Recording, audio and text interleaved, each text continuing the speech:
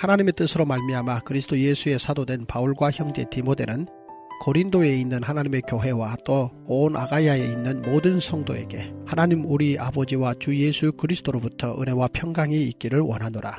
찬송하리로다. 그는 우리 주 예수 그리스도의 하나님이시요 자비의 아버지시요 모든 위로의 하나님이시며 우리의 모든 환난 중에서 우리를 위로하사 우리로 하여금 하나님께 받는 위로로서 모든 환난 중에 있는 자들을 능히 위로하게 하시는 이시로다. 그리스도의 고난이 우리에게 넘친 것 같이 우리가 받는 위로도 그리스도로 말미암아 넘치는도다. 우리가 환난 당하는 것도 너희가 위로와 구원을 받게 하려는 것이요 우리가 위로를 받는 것도 너희가 위로를 받게 하려는 것이니 이 위로가 너희 속에 역사하여 우리가 받는 것 같은 고난을 너희도 견디게 하느니라. 너희를 위한 우리의 소망이 견고함은 너희가 고난에 참여하는 자가 된 것 같이 위로에도 그러할 줄을 알미라. 형제들아, 우리가 아시아에서 당한 환난을 너희가 모르기를 원하지 아니하노니 힘에 겹도록 심한 고난을 당하여 살 소망까지 끊어지고 우리는 우리 자신이 사형 선고를 받은 줄 알았으니 이는 우리로 자기를 의지하지 말고 오직 죽은 자를 다시 살리시는 하나님만 의지하게 하심이라. 그가 이같이 큰 사망에서 우리를 건지셨고 또 건지실 것이며 이후에도 건지시기를 그에게 바라노라. 너희도 우리를 위하여 간구함으로 도우라. 이는 우리가 많은 사람의 기도로 얻은 은사로 말미암아 많은 사람이 우리를 위하여 감사하게 하려 함이라. 기도하겠습니다. 하나님, 정말 우리로 한 달 동안 이 고린도전서를 잘 묵상하게 하시고 이제는 다시 한번 고린도후서로 넘어와 주께서 말씀하시는 것을 다시 한번 듣게 하시니 너무나도 감사합니다. 하나님 아버지, 오늘 우리가 사도 바울의 변화를 보며 그 바울의 변화 가운데서 또 우리가 하나님 앞에 들어야 될 음성이 무엇인지, 또한 우리는 사도 바울의 변화를 보며 또 우리의 변화는 어떻게 얻어야 할 것인지 오늘도 하나님 앞에 또 말씀을 받고자 하오니 주님, 오늘 이 말씀 가운데 우리에게 말씀하여 주시고 오늘 사도 바울의 변화와 내가 무슨 상관이 있는지 하나님 그것을 알게 되는 귀한 시간 될 수 있도록 주님께서 역사하여 주시옵소서. 믿사오며 살아계신 예수님 이름 받들어 기도드립니다. 아멘. 네, 이제 본문은 고린도 후서로 넘어왔는데 아주 간단하게 이제 말씀의 배경을 말씀드리자면 한 달 내내 들으셨듯이 고린도 교회 안에는 굉장히 문제가 많았습니다. 그래서 바울이 이 눈물로 고린도 전서라는 이 편지를 썼는데 정말 다행인 것은 그 편지를 받고 성도들 안에 많은 변화가 있었어요. 자신의 죄를 보고 깨닫게 되고 자신의 이제 삶을 이제 수정하고 이런 변화가 있었던 겁니다. 그래서 이제 사도 바울이 오늘 이제 말씀을 보면 너무너무 감사하는 거예요. 그 변화들로 인해서.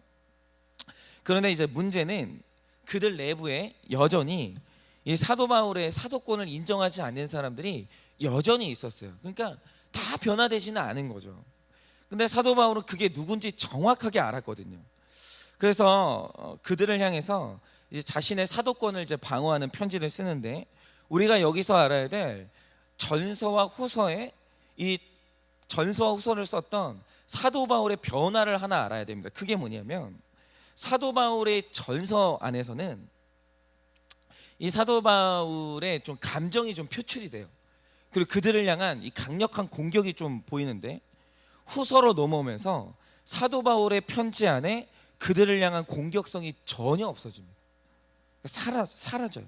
그러니까 사도 바울이 후서를 보시면 사도 바울이 집중하는 게 뭐냐면 그들의 말을 조목조목 비판하는 게 아니라 그냥 자기의 사도권을 변호하는데 굉장히 많은 시간을 할애하고 집중을 합니다. 그러니까 사도 바울이 그들을 향한 감정이 사라졌어요. 전서에서 후서로 넘어오면서 그들을 향한 미움이 사라져요. 그러면 이 변화는 왜 일어나는 것인가? 그것을 설명하기 위해서 제가 교회에 굉장히 중요한 특징 하나를 말해야 되는데 이 교회론으로 유명한 에베소서를 보면 교회가 뭔지를 설명할 때 교회의 생명과도 같은 특징 하나를 설명하는 이 단어가 하나 나옵니다. 그게 뭐냐면 연결이라는 단어예요. 이 단어가 뭔지를 설명하는 2장과 4장에서 이 용어가 한 번씩 이제 사용되는데 에베소서 2장 21절은 이렇게 말합니다. 그의 안에서, 그러니까 사람이 교회 안으로 진입하는 순간, 성도가 되는 순간 예수 그리스도 안에서 서로 연결하여 주 안에서 성전이 된다는 거예요. 그러니까 성전이 된다는 것은 같은 예배당을 다니는 사람을 말하는 게 아니고 하나님께서 그들을 연결시킨 사람을 말하는 거예요. 그리고 4장 16절을 보면 이렇게 말합니다. 온 몸이 각 마디를 통하여 도움을 받음으로 연결이 된다, 이렇게 말하는데, 결국 우리가 성도가 돼서 교회의 일부가 된다고 할 때 여러분 자신은 못 느껴요. 이건 영적인 일이기 때문에. 그런데 나에게 일어나는 가장 강력한 변화가 뭐냐라고 하면 절대로 끊을 수 없는 뭔가 굉장히 강력한 연결이 일어난다라는 거예요. 그래서 일어나는 일이 뭐냐면, 제가 예전에도 설명을 한번 해드렸는데, 히브리서 4장 15절을 보면 성경 전체에서 고통에 대한 가장 중요한 기록이 나오는데 이런 기록이 있습니다. 우리에게 있는 대제사장은 우리의 연약함을 동정하지 못하실 리가 아니요 모든 일에 우리와 똑같이 시험을 받으신 이로되 죄는 없으시니라. 그러니까 여기서 자꾸 나오는 단어가 뭐냐면 우리라는 단어가 나오는데, 하나님과 우리 성도들을 우리로 묶어요. 그런데 우리로 묶이는 굉장히 중요한 단어가 있다라는 거죠. 근데 여기에 헬라어로 이 심파데오라는 단어가 나오는데, 이 단어를 가장 잘 번역한 단어가 뭐냐면 그게 바로 체휼이라는 단어예요. 그러니까 이거보다 심파데오를 더 잘 번역할 수 있는 단어가 없어요. 그러면 체휼이 뭐냐라고 할 때 정확히 이렇게 설명할 수 있죠. 제가 이제 예전에도 이 예를 들어드렸는데, 어릴 때, 제가 어릴 때는 그 도구가 있었어요. 이 소리곱새라는 이제 도구가 있었는데, 이게 U자형으로 생긴 이제 쇠막대죠. 그런데 요거를 한쪽 끝을 선생님이 그때 실험하셨던 게 지금도 기억이 나는데, U자형으로 이렇게 돼 있는데 선생님이 망치를 가져오더니 한쪽 끝, 예를 들어서 왼쪽이 있고 오른쪽이 있으면 여러분은 좀 다르겠죠. 오른쪽 끝을 망치로 뚱 치는 거예요. 그럼 이게 웅 하는 소리가 귀에까지 들려요. 웅 하고 울림이 지속이 되는 거죠. 근데 그렇게 울리기 시작할 때 선생님이 모래가 뿌려져 있는 바닥에 소리곱새를 이렇게 싹 갖다 대면 모래가 그 소리의 파장 모양으로 싹 흩어지기 시작하는 거예요. 그러면서 그 파장이 가시적으로 눈에 보이는 거죠. 근데 어릴 때 참 신기했던 게 뭐냐면, 소리곱새의 울림을 만들기 위해서 U자 막대를 둘 다 치는 게 아니에요. 한쪽을 땅 치는데 그럼 그 울림이 반대쪽으로 전달이 되는 거예요. 그런데 모래에 나타난 이 소리의 파장의 모양을 보면 양쪽 끝의 모양이 똑같아요. 중요한 게 이거죠. 한쪽을 친 거예요. 두 쪽 다 친 게 아니라고요. 그런데 한쪽은 놔두고 한쪽을 딱 쳤는데 중요한 게 뭐냐면 양쪽 끝의 파장이 똑같아요. 정말. 그러니까 한쪽 끝을 망치로 치면 그 울림이 정확히 똑같은 강도로 반대쪽에 그대로 전달이 되는 거예요. 이게 뭐냐면 심파데오, 체휼의 정확한 뜻이에요. 그러니까 이게 뭘 의미하냐면, 자, 망치로 맞은 쪽은 오른쪽이라고 하죠. 그런데 소리곱새를 보면 왼쪽은 맞은 적이 없어요. 건드리지도 않았다고요. 그런데 오른쪽이 맞을 때 그 아픔이 그대로 전달되는 거예요. 그러니까 오른쪽이 맞는 사건이 왼쪽하고 아무 상관없는 게 아니라 너무 강력하게 상관이 있는 거예요, 둘이. 왜냐? 여러분, 이게 연결이에요. 성경이 말하는 연결은 이거예요. 네가 맞는다고 나랑 상관없는 게 아니라 연결되어 있는 순간 어떤 일이 일어나냐면 너의 맞는 사건이 정확하게 나랑 상관이 있는 거예요. 무관하지가 않은 거예요.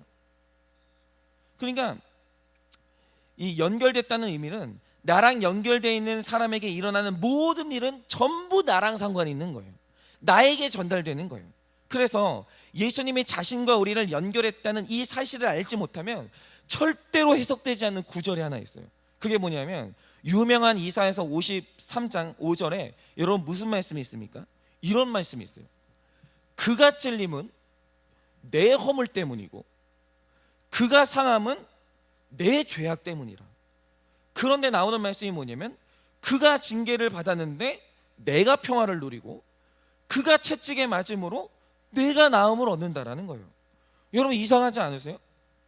죄는 우리가 지었는데 왜 그가 찔림을 당합니까? 그가 징계를 받는데 왜 내가 평화와 나음을 얻죠?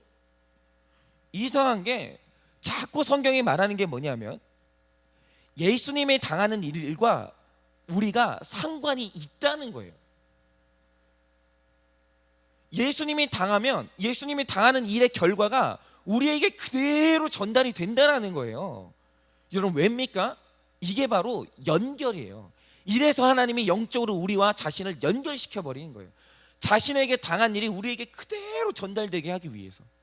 그러니까 하나님과 내가 연결이 됐다는 건 우주 가운데서 하나님이 하는 모든 일이 전부 나랑 상관이 있는 거예요. 전부.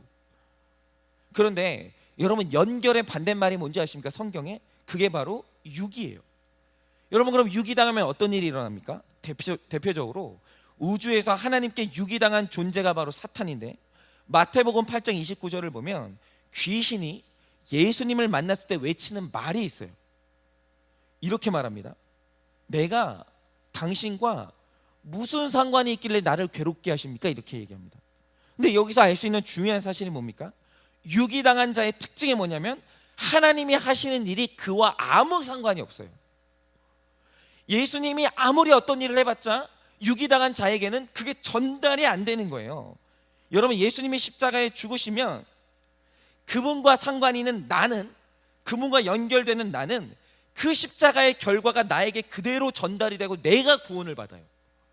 그가 죽었는데 내가 구원을 받는다니까요. 이게 바로 연결의 강력한 능력이에요. 그런데 여러분 이 연결이 끊어지면 아무 상관이 없어져요. 그래서 예수님과 아무 상관이 없는 귀신은 예수님이 십자가에서 아무리 죽어도 그 십자가의 결과가 그와 아무 상관이 없어요. 아무 상관이 안 일어나는 거예요. 여러분 바로 이겁니다. 구속사 안에 있는 사람에게 나랑 상관없는 일이 하나라도 있냐라고 하면 그런 건 없어요. 전부 나랑 상관 있어요. 아무것도 나랑 상관없는 일은 없는 거예요. 여러분 세상에서 일어나는 모든 일이 전부 내 구원과 상관이 있는 일이고 내 거룩과 상관이 있는 일이에요. 그래서 사람들이 물어보는 거예요. 아니 2000년 전에 사람 하나 죽은 거랑 나랑 무슨 상관이냐라는 거예요. 그게 바로 유기된 사람의 특징이에요. 연결이 안 되는 거예요. 그런데 택자에게 일어나는 아주 강력한 일이 뭐냐? 어느 날 기도를 하는데 2000년 전에 예수님이 돌아가신 그 사건이 날 위한 사건이라는 게 믿어지는 때가 있어요. 정말 그가 죽은 사건이 내 구원으로 영향력이 미쳤다는 게 믿어지는 사람이 있단 말이죠. 그거 왜 믿어질까요? 이유가 뭐냐면 연결이 일어난 거예요. 2000년 전에 예수님을 땅 하고 때린 사건이 그대로 전달이 되면서 그 감격과 그 구원의 확신이 나에게 그대로 전달이 되는 거예요. 이게 뭐냐? 연결이에요. 이게 바로 연결의 능력이에요.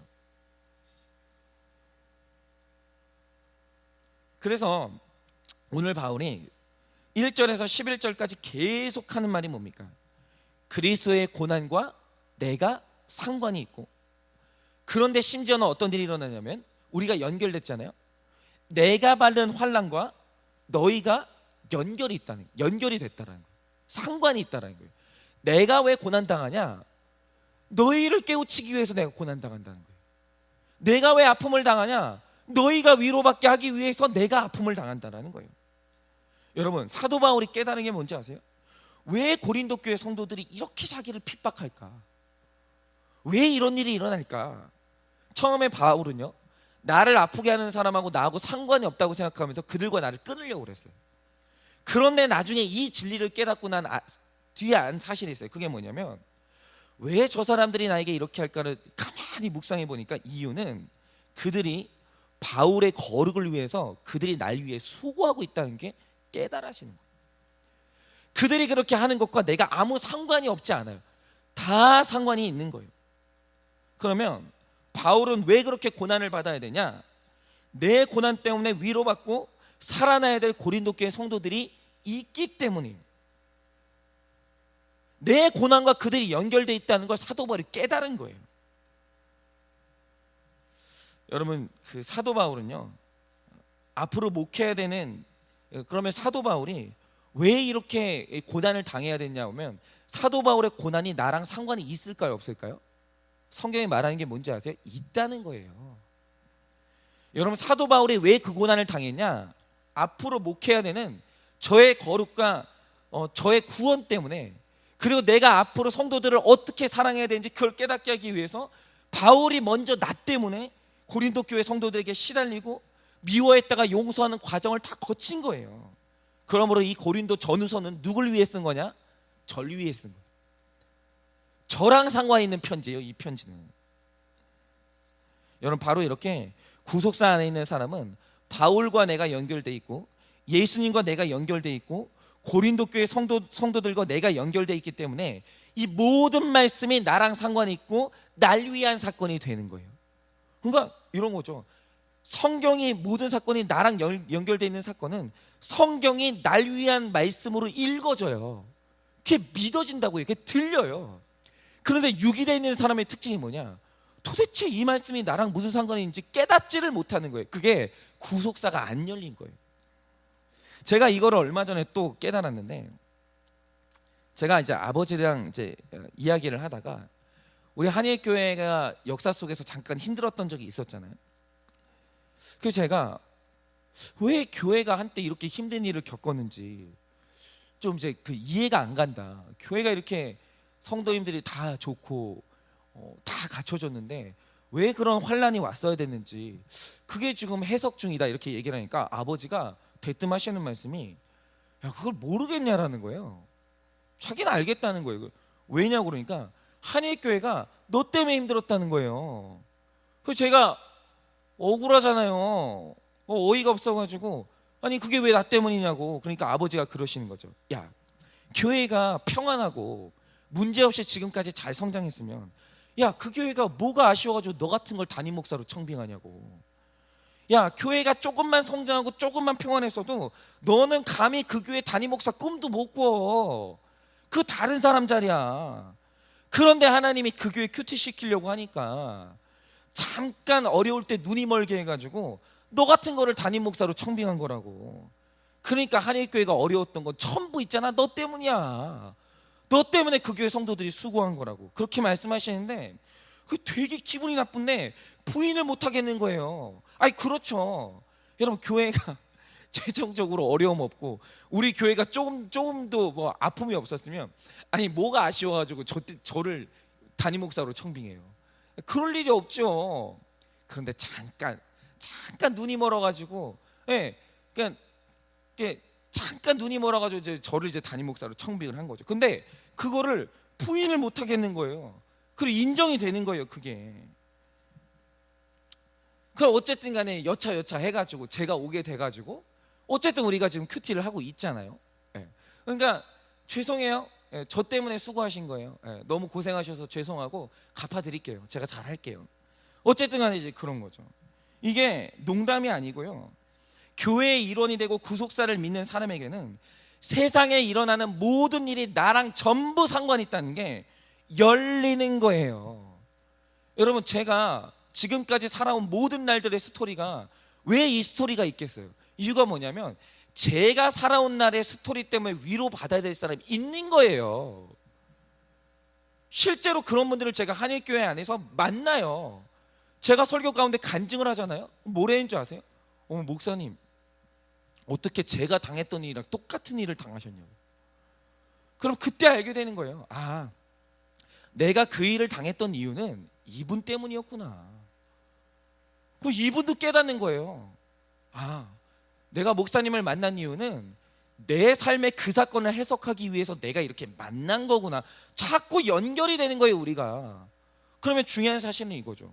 여러분, 왜 이제 훈련을 받아요? 앞으로 이제 우리 교회 훈련 받는 분들이 많아질 텐데, 여러분, 다른 교회는 훈련 받고 난 이후에 수료식을 해요. 아, 훈련 잘 받았다고 너무너무 수고했다고 그러면서 여기다가 수료식 딱 이렇게 플랜카드 걸어주고 이제 꽃을 막 주고 난리가 난단 말이죠. 우린 그런 거 안 합니다.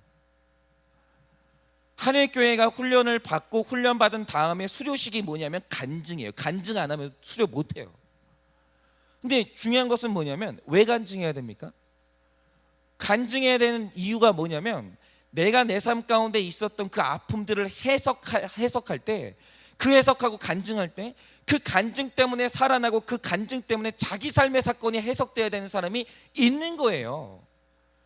여러분, 내 고난과 여기 앉아 있는 성도 중에 위로받아야 될 사람이 있는 거예요. 연결돼 있다라는 거죠. 나랑 아무 상관이 없는 게 아니에요. 간증 한번 해보세요. 제가 간증하면 약속 드리는 게 있어요. 뭔지 아세요? 반드시 내 간증 때문에 살아나는 사람을 반드시 만나게 돼요. 연결돼 있다라는 거죠. 아무 상관이 없는 게 아니에요. 내가 당한 일 때문에, 그 내가 당한 일을 내가 해석한 것 때문에 살아나고 해석받는 사람이 있는 거예요. 여러분, 그게 교회고 그것이 바로 연결이에요. 그렇기 때문에 여러분, 우리는요, 구속사 안에 있는 사람은 반드시 내 사건을 해석하고 그 사건을 약재료로 내놔야 돼요. 반드시 상처를 사명으로 바꿔야 돼요. 왜요? 내 삶 가운데서 일어난 모든 일은 여기 앉아있는 성도들과 상관이 있기 때문에. 여러분, 여러분에게 오늘 무슨 일이 일어나셨습니까? 혹시 여러분에게 죽을 것 같이 힘든 일이 일어났습니까? 그러면 그 일이 왜 일어났는지 바울이 9절에 자기 사건을 통해서 해석을 해줘요. 뭐라고 합니까? 오직 죽은 자를 살리시는 하나님만 의지하게 하려고 그 일이 일어난 거예요. 사도 바울이 죽을 것 같은 사건을 만났을 때 요거를 깨닫고 해석했어요. 그리고 나서 말하는 게 뭐냐면, 오늘 죽을 것 같이 힘든 사람들하고 내 사건하고 그게 상관이 없지가 않은 거예요. 상관이 있는 거예요. 그러므로 사도 바울이 자기 삶에 일어났었던 죽을 것 같이 힘든 일을 해석했던 그 사건과 여러분을 오늘 연결시키고 있는 거예요. 내 해석이 너희의 해석이라는 거예요. 내 구원과 거룩 때문에 그 일이 일어났다라는 거예요. 그러므로 오늘 하루 내 구원과 거룩을 위해서 온 세상을 움직이시는 하나님을 믿고 그 믿음 안에서 내게 일어나는 모든 일들을 해석하시는 여러분 되시기를 예수님의 이름으로 축원드립니다.